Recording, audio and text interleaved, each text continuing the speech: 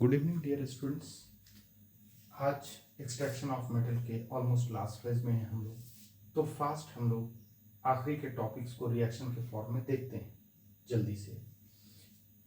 Extraction of metal में हमारा आज लो रिएक्टिविटी मेटल और मिडिल रिएक्टिविटी मेटल्स की स्टडी करेंगे कि उसे एक्सट्रैक्ट कैसे किया जाता है। लो रिएक्टिव मेटल में सबसे पहले हम मरकरी को ले रहे हैं। मरकरी कैसे निकालेंगे? मरकरी का सिंबल Hg होता है।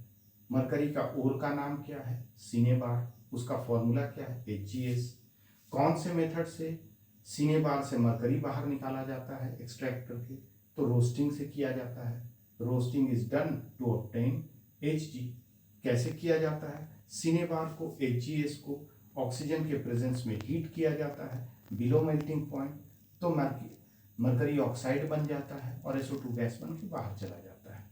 फिर मरकरी ऑक्साइड को फर्दर हीट करेंगे तो मरकरी निकल के बाहर आ जाएगा और ऑक्सीजन गैस बन के ऊपर चला जाएगा। इस तरह से बहुत आसानी से हम मरकरी को एक्सट्रैक्ट करके बाहर निकाल लिए।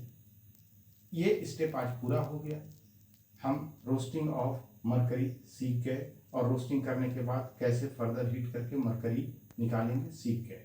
नाउ नेक्स्ट स्टेप में चलते हैं, कॉपर कैसे निकाला जाएगा। Let's study about copper.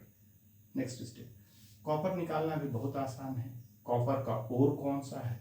Copper का ओर है क्यूप्राइट, क्यूप्रस सल्फाइड से बोलते हैं Cu2S।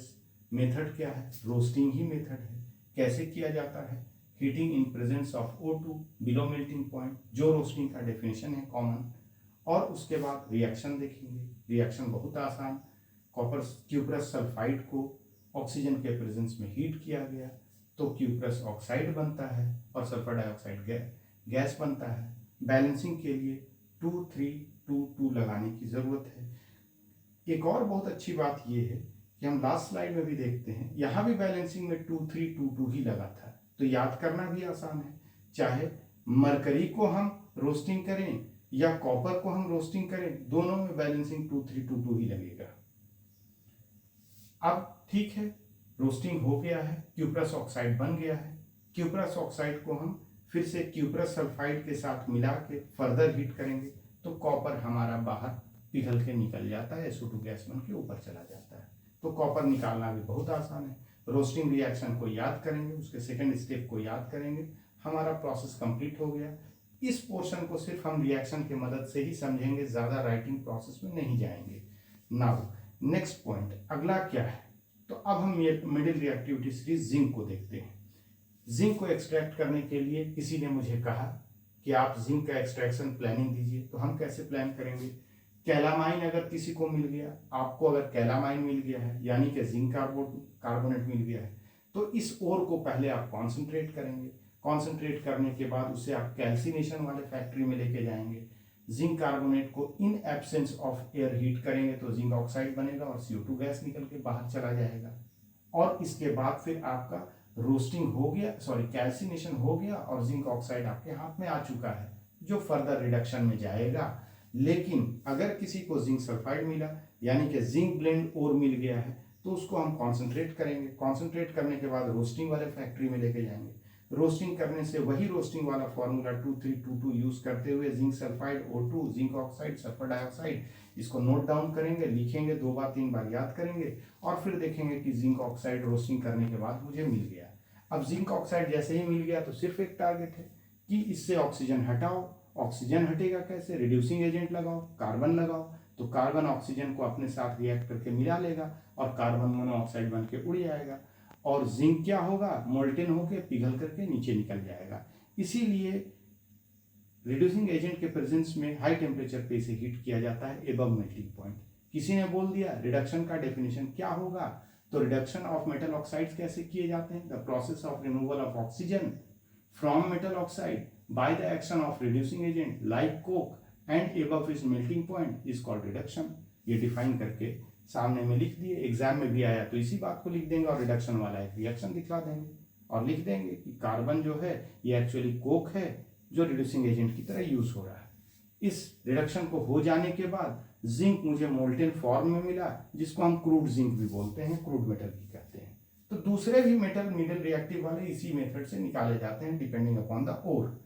अब हम चलते हैं, जब रिडक्शन सीख गए तो एक छोटी सी बात और आ गई, क्या रिडक्शन करने के लिए हमेशा कोक ही लगाने की जरूरत है या और भी किसी चीज से हो सकता है? क्या हाई टेम्परेचर पे हीट करने के लिए मुझे फर्नेस का नेसेसिटी है या विदाउट फर्नेस भी कहीं पे हो सकता है? तो हो सकता है।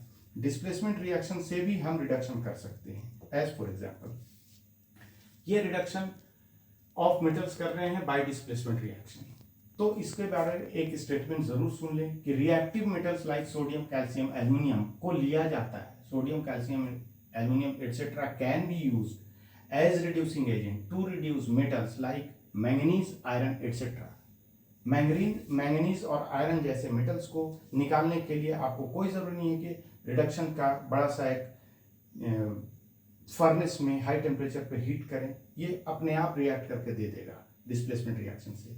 मैंगनीज ऑक्साइड लेंगे, उसमें एल्युमिनियम अप्लाई करेंगे तो अपने आप मैंगनीज पिघल पिघल के बाहर निकलेगा, aluminium oxide as by product निकलेगा जिसे हटा दिया जाएगा।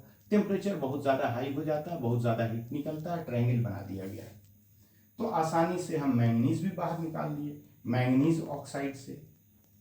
अब मैंगनीज ऑक्साइड को रिड्यूस करना हाई रिएक्टिव मेटल से सीख लिए। उसी तरह से आयरन ऑक्साइड को कोई आपको आयरन ऑक्साइड दिया, बोला कैसे आप रिड्यूस करेंगे? आप बोलेंगे उसमें पाउडर एल्युमिनियम मिलाएंगे।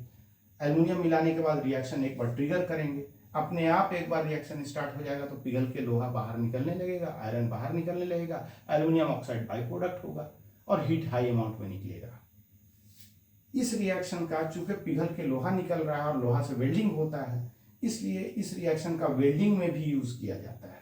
This reaction is also used in welding of railway tracks और फर्नेसेस। बड़े बड़े जो आग के भट्टी होते हैं फैक्ट्रीज में, वहाँ फर्नेस फट जाता है या रेलवे ट्रैक टूट जाता है, तो उसके लिए आपको ये थर्माइट प्रोसेस बोलते हैं, थर्माइट वेल्डिंग रिएक्शन बोलते हैं, यूज किया जाता है। और इस तरह से हमने reduction of metal oxides by the help of reactive metal भी सीख गए, डिस्प्लेसमेंट रिएक्शन के मेथड से भी रिडक्शन करना सीख गए।